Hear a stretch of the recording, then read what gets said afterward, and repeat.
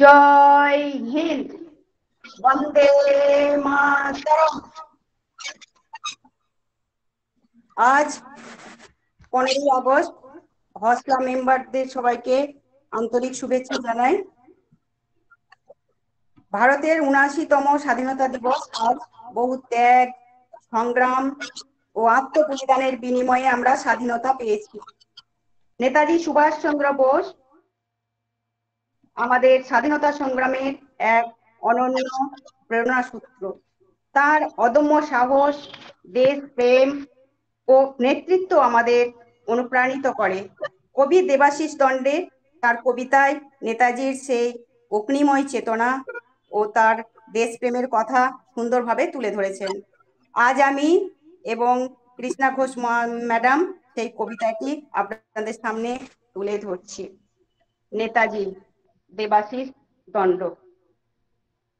ও তপনার মা, দেখে যাও দেখে যাও, তোমার মাস্টার বেটা দমে পড়াশোনা করেছে। আমি বললাম, প্রেসারের ওষুধ দুইটো কুড়াইন গেছে, ঝপ করে আইনে দে না বাপ। তোরা কাইলে নাই এনে কি? কাল নেতাজির জন্মদিন বটে। আজ গোটা রাইত রচনা বইটো ঘেঁটে ঘুঁটে মুখস্থ করিবে। কাল বাপের নাম জানকীনাথ, জন্মস্থান কটক জেলা। আজ গিলবে, কাল মাইকটোকে বাগাইন হরহরাইয়ে উগরাইন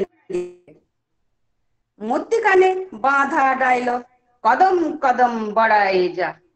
লয়তো তোমরা আমাকে রক্ত দাও, আমি তোমাদের স্বাধীনতা দিব। কে কি বুঝলো? বুঝার নাই। পিলারা ভাইবে, বাবা তপন স্যার কত জানে, দে হাততালি। হাততালি তো বুঝলি বাপ, জোর তালি তো বুঝলি নাই। শুন বাপ, রচনা বইয়ের বেদ্য পাতায় গরু, ঘোড়া, শরৎকাল, বর্ষাকাল এসবগুলো ধরাইতে পারবি, কিন্তু নেতাজির পড়া অত বড় মানুষ তো কোলাবিদ নাই। প্রেসিডেন্সি কলেজের ছিলা সুভাষ বোস। কত বয়স? 21 হয়েছে কি হয় নাই? ঘুচাইন দিলে নটেন সাহেবের মাতব্বরি। লাল বাঁদর গুলাকে বুঝাইন দিলে ই বাপ সোজা লোক নয়। 1931 কলকাতা কর্পোরেশনের মেয়র বটে সুভাষ বোস।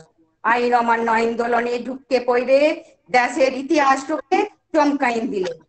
এসব লাগাতার যুদ্ধ বছর বছর মুখস্থ করার লয় রে বাপ। 1941 দুনিয়ার গোটার মহাযুদ্ধে কুচকুচা কালো মেঘ ঘর সামলাইতে হর হর ইংরাজগুলা। সুভাষ বোস বুঝে গেল উটোই উহাদের খেদাইবার আসল সময়। উ চোখে ধুলা দিয়ে স্বাধীনতার জন্য ফাইলেন এই বীর পুরুষ।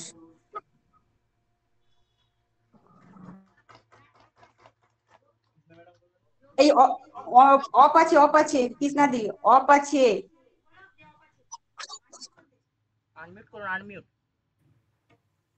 চোখে ধুলা দিয়ে কলকাতা ছাড়লেন সেই বীর পুরুষ। পেশোয়ার হাঁটতে হাঁটতে কাবুল ধরলেন রুশ গভর্নমেন্টকে। কিছু লাভ হইল নাই। চল বা বার্লিন, বার্লিন থেকে সিঙ্গাপুর গড়ে তুললেন স্বাধীন ভারতের জাতীয় বাহিনী। সর্বাধিনায়ক হলেন সুভাষ বোস, নেতাজি সুভাষ চন্দ্র।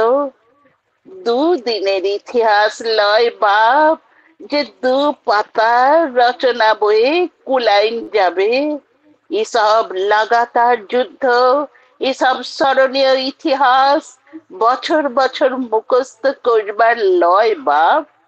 1944 নেতাজির বীর সেনারা ব্রহ্ম সীমান্ত পার হয়ে সোজা মণিপুর। আজাদ বাহিনী আক্রমণ করলো কোহিমা, ইম্ফল। ইংরেজগুলা বাবা বললে পালাইন গেল। আমাদের কপালটাই খারাপ। ভুখা পেট, প্রকৃতির বেইমানি, অস্ত্রের কমজোরি, শেষ রক্ষা হইল না।